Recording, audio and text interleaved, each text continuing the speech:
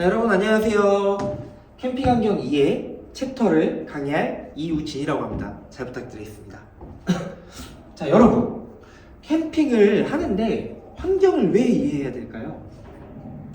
자, 캠핑은 자연 환경 또는 물리적 환경이라든지 이런 환경의 영향을 가장 많이 받기 때문에 우리가 환경을 이해해야 캠핑을 안전하고 즐겁게 잘 즐길 수 있겠죠. 자, 일단 우리가 캠핑을 즐기기 위해서 우리나라의 지형의 특징을 알아야 되는데, 자, 첫 번째는 동고서저의 경동지형. 자, 동쪽은 높고 서쪽은 낮은 비대칭적인 사면을 갖고 있습니다. 그래서 보면은 우리나라에는 동쪽에 높은 산들이 많고 서쪽에는 대부분 평평한 평지가 많죠. 자, 2번 저산성 구름성 산지. 자, 저산성, 이 말이 좀 어렵죠? 자, 저산성 산지라는 거는 해발 고도 500m의 산들을 저산성 산지라고 해요. 자, 그리고 그의 반대로 경사가 완만한 걸 구름성 산지라고 얘기를 합니다. 자, 3번 장구. 자, 편마암과 화강암의 차별적인 침식 작용. 화강암 지대는 깊은 골짜기나 평지, 편마암 지대는 높은 산.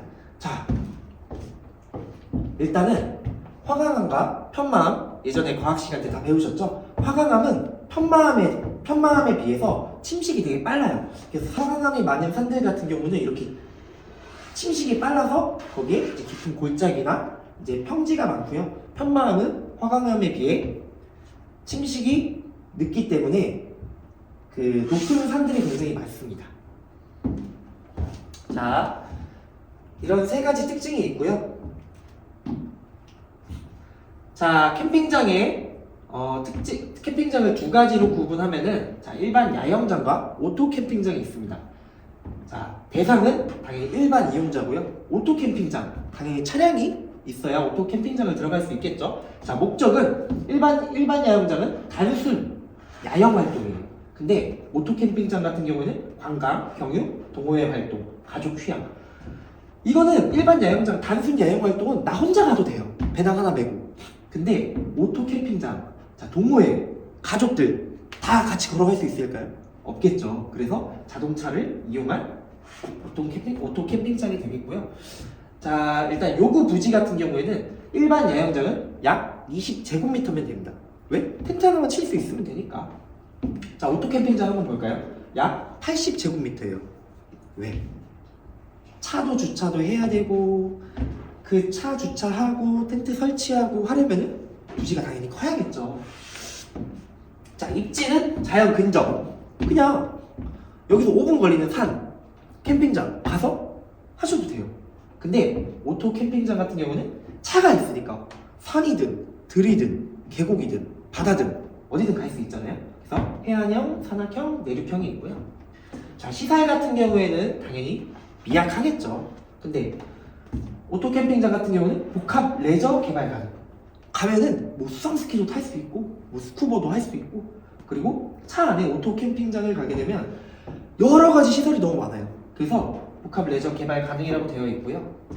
관리는 보통 일반 야영장 같은 경우는 공공 운영을 위주로 하고 있고요.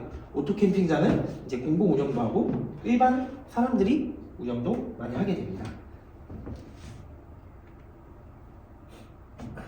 자, 다음으로는 입지 유형별 캠핑장인데요. 이 그래프를 보시면 바다, 강, 숲, 테마파크, 산, 계곡이 있습니다. 자, 계곡에 캠핑장이 월등하게 많아요.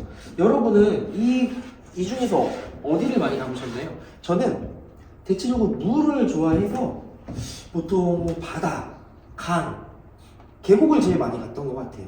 그래서 나는 바다로 캠핑을 가겠다 하면은 바다에 어디에 어느 캠핑장이 있는지 검색하셔서 가시면 될 것 같아요.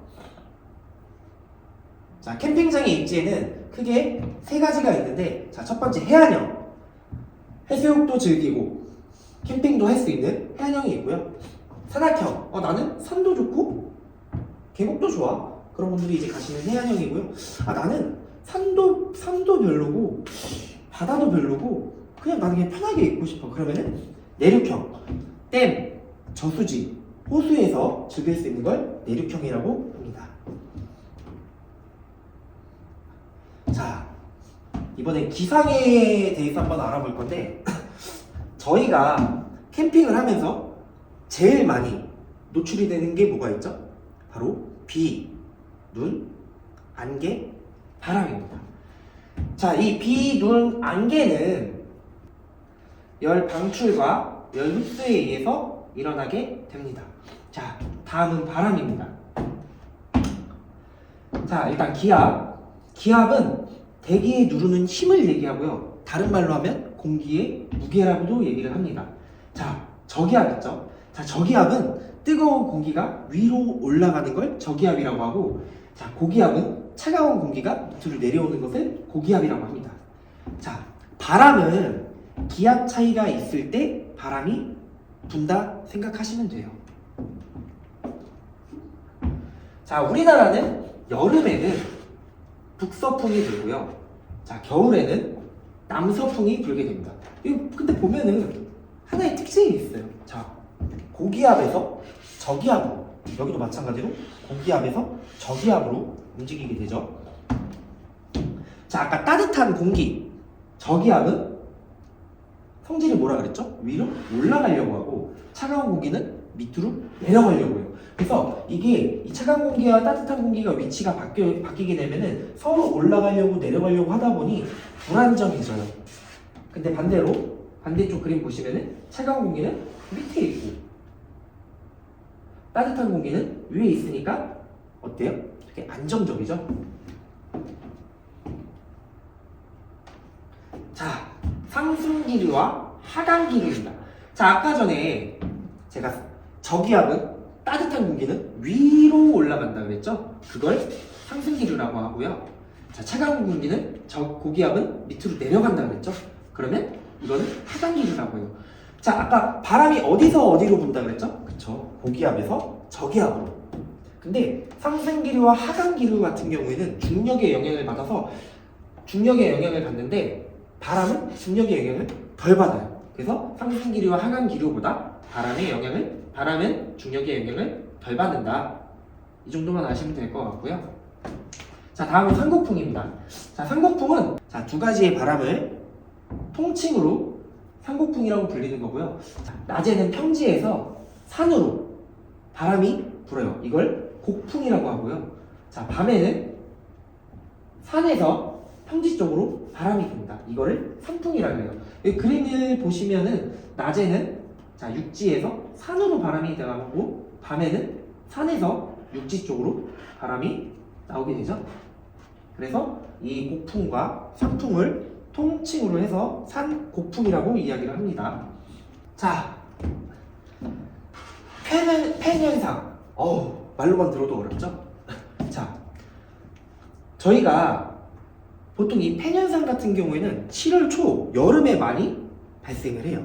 근데 아까 제가 앞장에서 말씀드렸다시피 여름에는 무슨 바람이 불죠? 자, 북서풍이 불게 됩니다.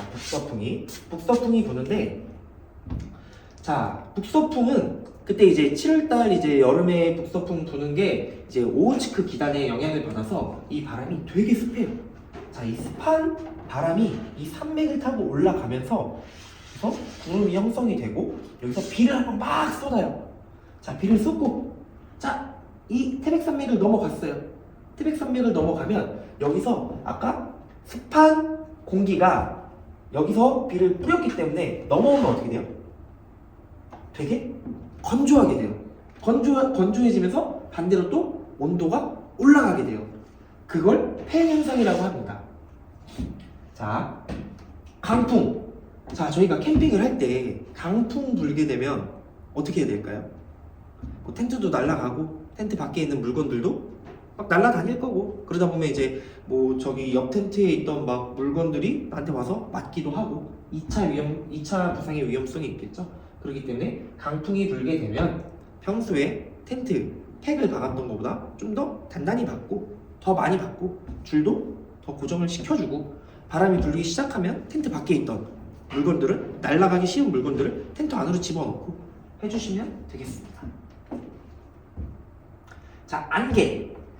자, 우리가 산에 가서 이런 막 멋진 풍경들을 보려고 갔어요. 근데 이런 안개가 끼면 어떻게 될까요? 그 풍경들을 볼 수 없겠죠. 그리고 안개가 너무 짙어지면 바로 옆 텐트에 우리가 포를 받고 그 이제 줄을 이렇게 설치해놨는데 그것도 안 보여서 넘어질 수도 있고요. 그렇기 때문에 안개를 신경 써야 된다. 자, 다음은 폭우와 폭설입니다. 자, 일반 비와 눈이 아니에요. 자, 폭우와 폭설이에요. 어떻게 한다고요? 미친 듯이 비가 오고 미친 듯이 눈이 내립니다. 근데 일반적으로 그냥 뭐 비가 오거나 눈이 오면은 그래도 이쁘네, 낭만 있네 이렇게 생각하실 수 있는데 폭우와 폭설은 좀 얘기가 달라요. 눈이 너무 많이 오게 되면 내가 쳐놓은 텐트가 무너질 수가 있고, 비가 너무 많이 오면은 이제 저희가 어디에서 하느냐에 따라 조금 다르긴 한데 지반도 약해지고, 만약에 계곡 옆에서 하게 되면 그 물이 범람해서 넘쳐서 이제 고립이 될 수 있겠죠. 그래서 폭우와 폭설을 조심해야 된다. 자, 다음은 천둥번개입니다. 자, 만약 우리가 캠핑을 하고 있는데 갑자기 막 천둥이 치고 막 천둥과 막 번개가 동반해서 막 꽝 이래요. 그럼 어떻게 해야 돼요? 자, 일단은 높은 곳에서 내려와야 돼요. 높은 곳에 내려오고, 그리고 큰 바위에는 이제 번개가 그쪽에 표적이 돼서 많이 친다고 해요. 그래서 큰 바위에 이제 옆에 있는 게 아니라 멀리 떨어져서 천둥 번개를 조심해야겠죠.